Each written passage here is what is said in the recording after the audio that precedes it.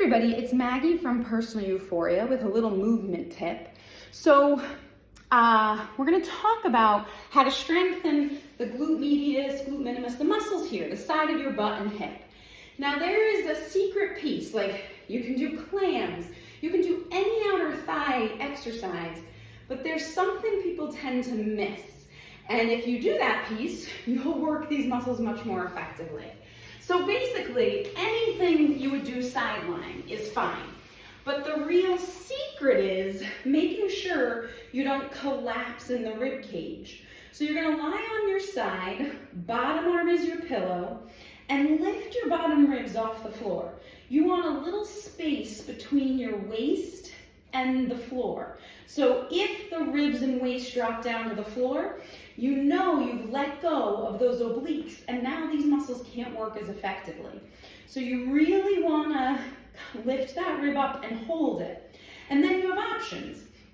You can have the knees bent so your heels are lined up with your sits bones, and you can do some clams.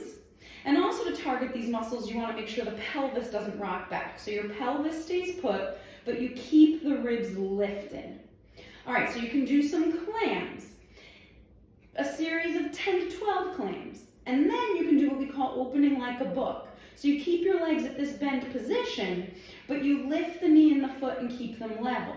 Now, once again, you want to keep this bottom rib up. You want to make sure that when you lift, you don't collapse in the waist, because then we're sort of bypassing those muscles and the abs are doing the work, but not in an efficient or functional way.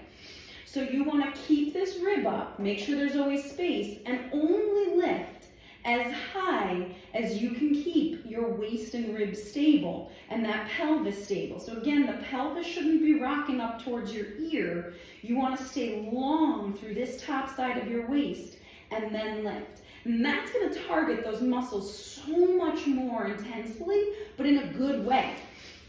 From there, you can straighten the leg and do leg lifts just to hip height, right? But again, we want to keep those ribs up. If when we do this, we collapse in the waist and move our whole pelvis, we're just bypassing. So the real secret, keep that rib cage lifted and do a little leg lift. Then hold it up. You can do little leg circles and then reverse directions.